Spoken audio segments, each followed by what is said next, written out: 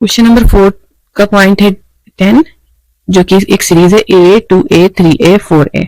तो इसका D1 निकालने के लिए हम क्या करेंगे, A2 की जगह पे 2A, ठीक है, और A1 की जगह पे A लिख के हम जब सब्ट्रैक्ट करेंगे तो आ जाएगा A। अब D2 निकाल लिया हमने, A3 minus A2, 3A minus 2A बराबर A। तो ये AP है क्योंकि D1 बराबर D2 हो रहा है, अतः ये AP है। सार बनकर इसका हो जाएगा D बराबर A। अब हमें आगे के 3 स्टेप्स निकालने हैं। A5 निकालने के लिए A plus 4D,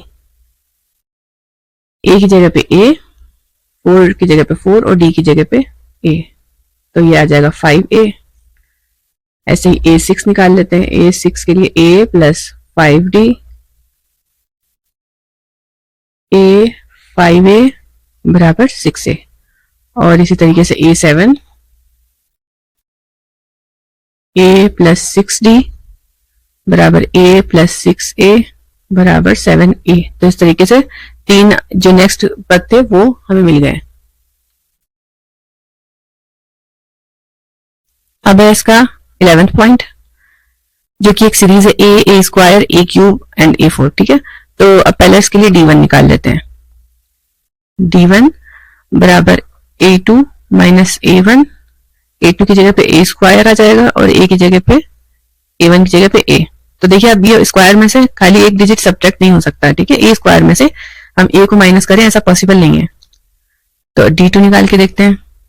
A3 minus A2, A3 की जगह पे A क्यूब और A2 की जगह पे A स्क्वायर, ये भी सब्ट्रैक्ट नहीं हो सकता क्योंकि हमें पता ही नहीं इनकी वैल्यू क्या है, ठीक है। तो अब D1 is not is equal to D2, अतः ये AP नहीं है,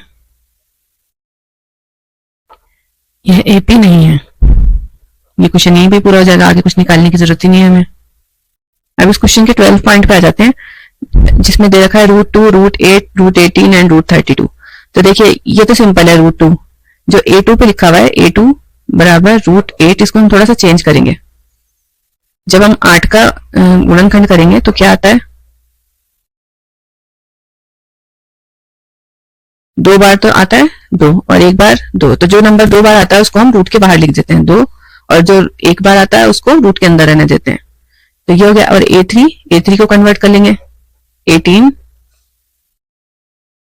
18 के गुणनखंड सबसे पहले 2 से शुरू करेंगे, फिर उसके बाद 3। अब देखिए 3 2 बार आ गया ना, तो इसको तो रूट के बाहर निकाल देंगे और अंदर आ जाएगा √2। जो भी नंबर 2 बार आ जाएगा उसको रूट के बाहर निकाल देंगे। अब लास्ट बचा है 32।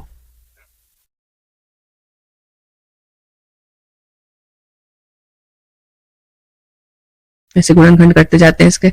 अब ये 2 और ये 2, दो जो है 2 बार आए और 1 बार आया, ठीक है।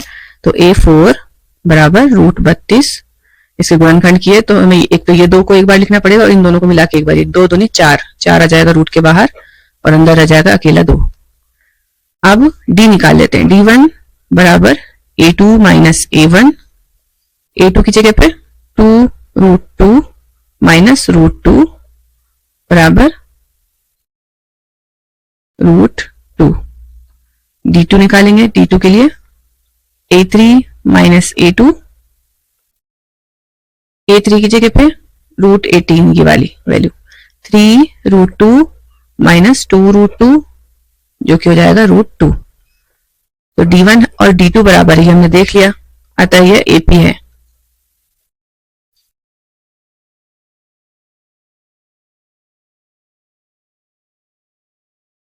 अब हमें निकालना है A5 के लिए A प्लस 4D,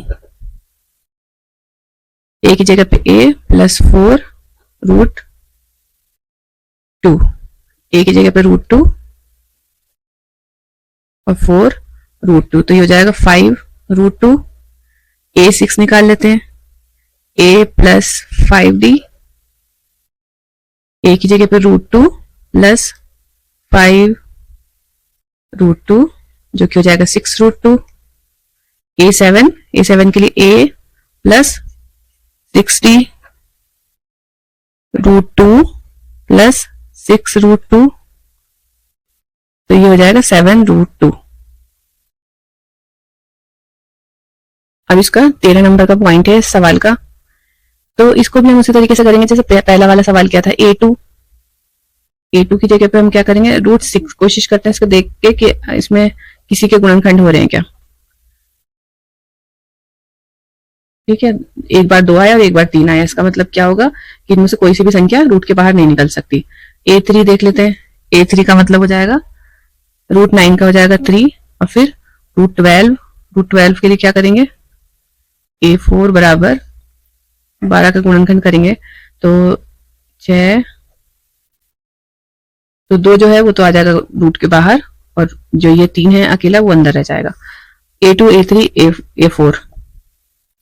अब निकाल लेते हैं D1 निकालने के लिए A2 माइनस A1, A2 की जगह पे √6 माइनस √3, तो इस तरीके से हम सब्ट्रैक्ट नहीं कर सकते। D2 निकालने के लिए 2A3 माइनस A2, A3 की जगह पे आ जाएगा 3 माइनस √6। अब ये जो है ये नंबर बराबर नहीं है ना, तो D1 not equal to D2, अतः ये AP नहीं है।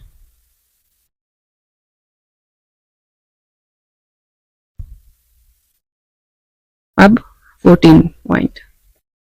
अब ये जो सीरीज है इसमें पहले इसके वर्ग करके लिख लेते हैं। 1, 9, 5 का वर्ग 25 और 7 का वर्ग 49। D1 निकालने के लिए A2 माइनस A1, A2 की जगह पे 9, A1 की जगह पे 1, उत्तर आ गया 9। अब D2 निकालने के लिए A3 माइनस A2, A3 की जगह पे 25 और A2 की जगह पे 9, तो ये हो जाएगा 16। तो आप देख रहे हैं कि D1 जो है वो D2 के बराबर नहीं है, अतः यह AP नहीं है, AP नहीं है। अब है इस प्रश्नावली का लास्ट पॉइंट, ए स्क्वायर को सॉल्व करेंगे तो ये A हो गया, 5 का स्क्वायर हो जाएगा 25, 7 का हो जाएगा 49 और ये 73। अब D1 निकाल लेते हैं। D1 बराबर A2 माइनस A1,